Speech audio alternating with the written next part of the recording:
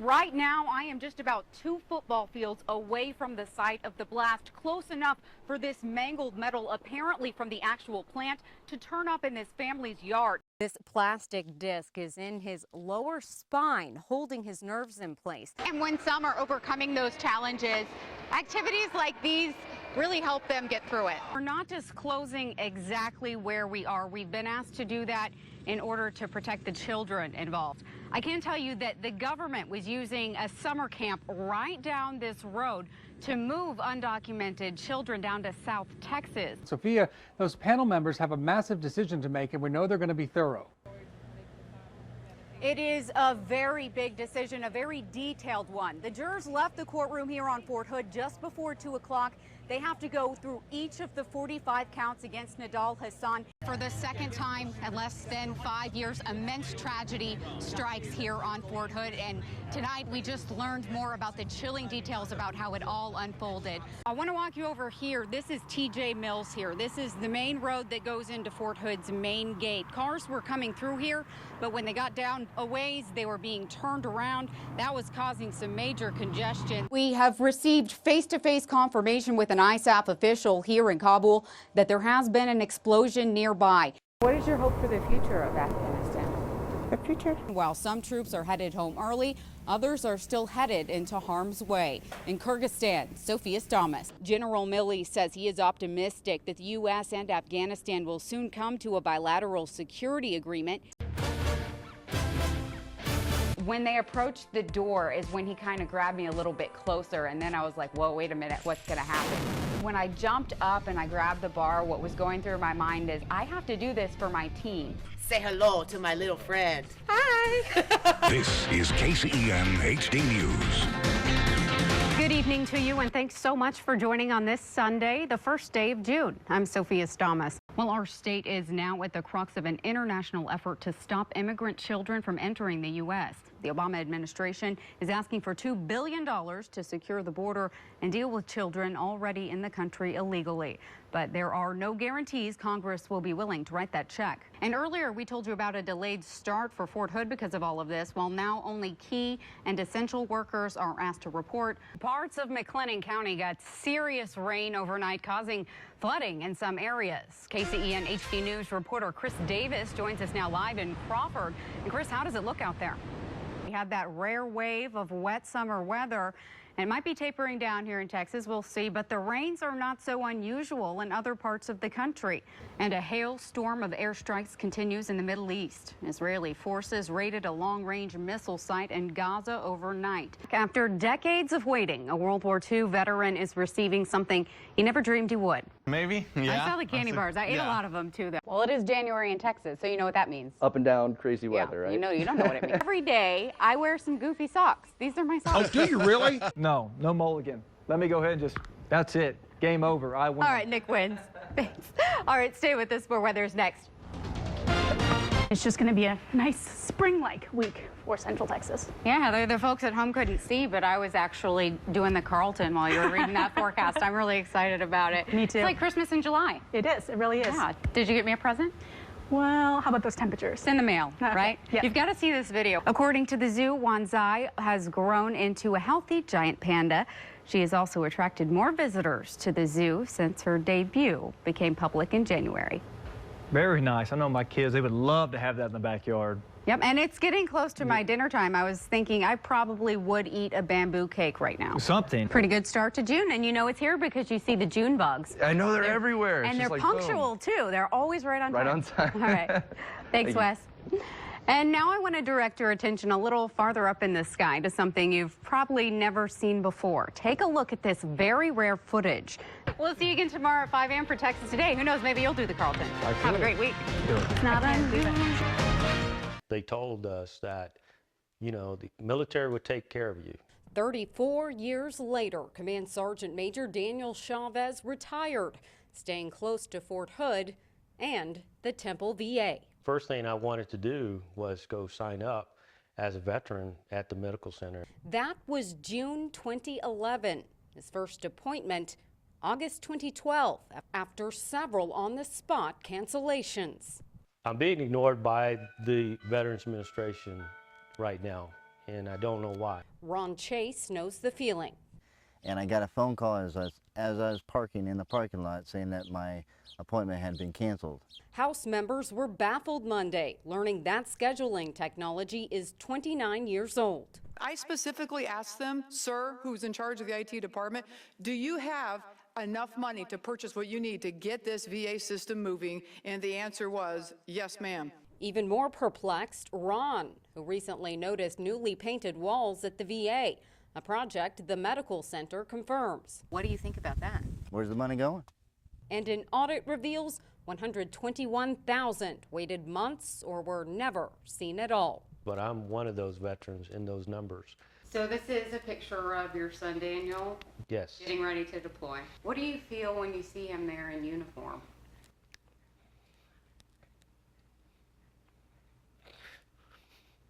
I feel very proud, and he never lets us down.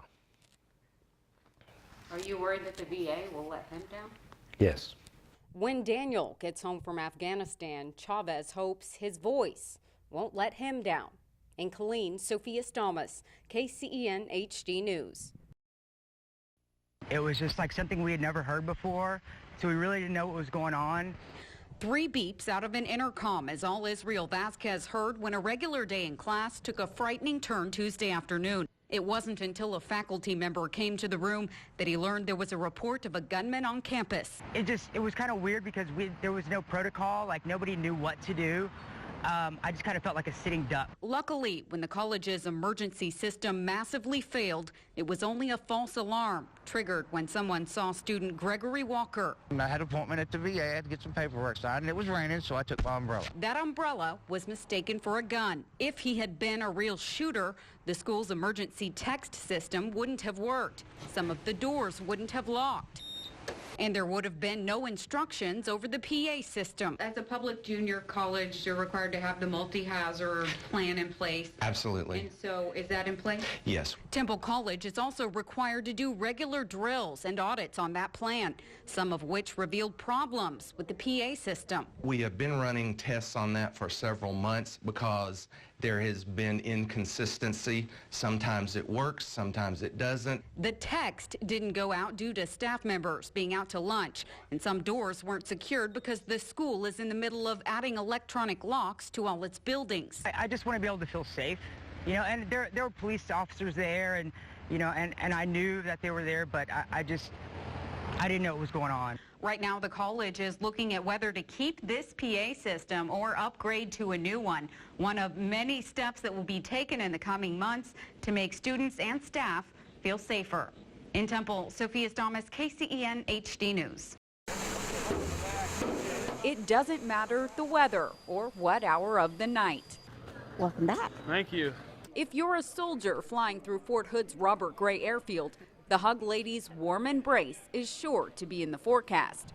Oh, thank you so much for being here. Appreciate it. Thank you. It's been nearly a year since these 160 soldiers with the 211th Aviation Group were last in her arms. Have a good day. Y'all are wonderful. Bless you.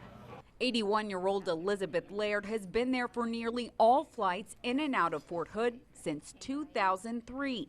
That's an estimated 530,000 hugs. Hugs are good for you. You give somebody a hug and they'll smile.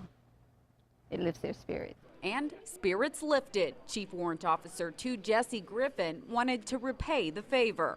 We were all wondering, we wonder if the Hug Lady's there, we wonder if the Hug Lady's there. And we saw her coming through, so I whipped out my little patch that I had for her. And we appreciate it. Thank you so much. It's good to see you. My family's not here per se, but it's like she fills in for them. So how long have you been doing this? In June, it will be 10 years. And you rarely miss a flight. Correct. That's a lot of hugs. Yes. Can I have one? Sure. Okay. Oh, thank you. I don't have to go to Thank you. Afghanistan now, do I? No. Okay. This patch is one of many tokens of appreciation Elizabeth has received from soldiers over the year. So how long will the hugging continue? As long as God gives me the strength to do it. And as long as they let me come out here and do it. Rain or shine, no matter what time of day you're there, what Hot or keeps cold. you going? The Lord keeps me going. I can be hurting, I can be tired. As soon as I walk through that door, it's all lifted up. and I have the strength to carry on. And the troops are glad she does. Continue to do this. I think it's really important to the troops, and we all appreciate it. It really is cool that people are still around, like still care. I thought, you know, this war is almost forgotten, so it's nice to know that people still care. That's what we're here for. We're here to help one another. And if this is my way to help somebody, that's why I do it. Proof that all the way to Afghanistan and back, a hug goes a long way. My mom gets sad when my dad's gone. For half of his life, 7-year-old Jorge Maldonado's dad, George, has been deployed. It's kind of like being a single parent for that period of time. You know, the only thing you have, half of your heart is gone. So when his mom, Taisha, starts to miss him, Jorge knows just what to do. I make her bracelets with my kit. He does his part to care for his little brother, often checking to see if he's hungry or thirsty. 4 or 5. He just really loves protecting mommy, like, you know, anytime I'm sick and he knows I need help because dad's not home, he'll, like, you know, ask to sleep in the room. He'll make his own little bed on the floor so he can take care of me while I'm sleeping. And over 7,000 miles away at Bagram Air Force Base, that means the world to Sergeant Maldonado, who works here supporting security operations on and around the base. I'm glad he's there trying to cheer her up because he sees how sad she is. And George knows exactly what he'll do next time he sees his eldest son. Oh, I'm gonna give him a big old hug and I'm gonna say I'm very proud of him. I'm very proud of him for helping helping his mom out. If you ask Jorge, he'll tell you he's just doing what his favorite good guy would do. Do you have a hero? Who's your hero? My dad. What are you thinking about that? That makes me happy. That makes me the happiest dad in the world. That my son actually says that. And this time, Jorge's not making another bracelet for Mom. He made Daddy a ring. He throws in a few extra drawings we were happy to deliver. There you go. Spreading a great big long-distance smile across Dad's face. And of course, there's one more surprise. You made me a ring. Thank you, Junior. I'm gonna wear it. Now this brave soldier has peace of mind in time of war, knowing this strong kid of courage will help Mom soldier through. Love you, Daddy. I love you too. Reporting in Bagram, I'm Sophia Stamas. Did you see any tennis balls in your forecast? I didn't see one, but I got one now. Hey, Jeremy, all right, thanks for watching, y'all. We'll see you again tomorrow morning at 5 for Texas Today. Have a great week. Wes is good too. I won. Hey, what am I, chopped liver? There we go. Yeah. Here we go. One more. Oh, got There it. she got it. There you go. Redeemed.